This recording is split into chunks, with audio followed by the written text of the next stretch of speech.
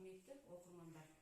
Шәкәрім Құдайбердіұлының туғанына 165 жыл толуына орай қазақ ағартушысы Шәкәрім тақырыбындағы жыр сағатты бүгін сіздердің назарларыңызға ұсынамын. Шәкәрім Құдайбердіұлы ұлы Абайдың дәстүрін жалғастырушы, ірі ақын, ғұлама ойшыл, тарихшы, аудармашы, сазгер. Ол бұрынғы Семей облысы Абай ауданы Шыңғыс тауының бөктерінде 1858 жылы 24 шілдеде дүниеге келген.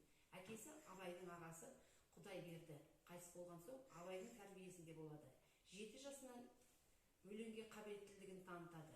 Өз бетімен араб, парсы, түрік, орыс тілдерін игеріп, шығыс орыс классиктерінің шығармаларынан нәр алады. Әртүрлі өнер түрлерін игереді.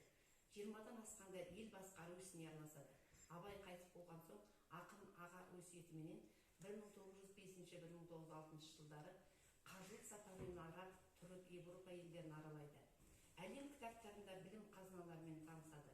Дін мен философия ғылым салаларын игереді. 1908 жылдан бастап елден шет кетіп таза шығармашылық жұмыспен шұғылданады.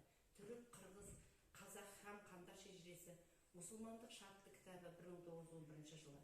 Орынборда қазақ айнасы өлеңдер жинағы, Қалқаман мамыр, еңлік кебек поэмалары 1912 жылы Семейде басылып шығады.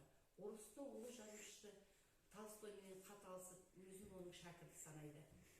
1931 жылы бандылардың байланысы бар деген жаламенен айыптаумен кеңес қарулы топ мүшелерінің қолдарына атылып өлтіріледі. 1988 жылы ақын аты ақталады.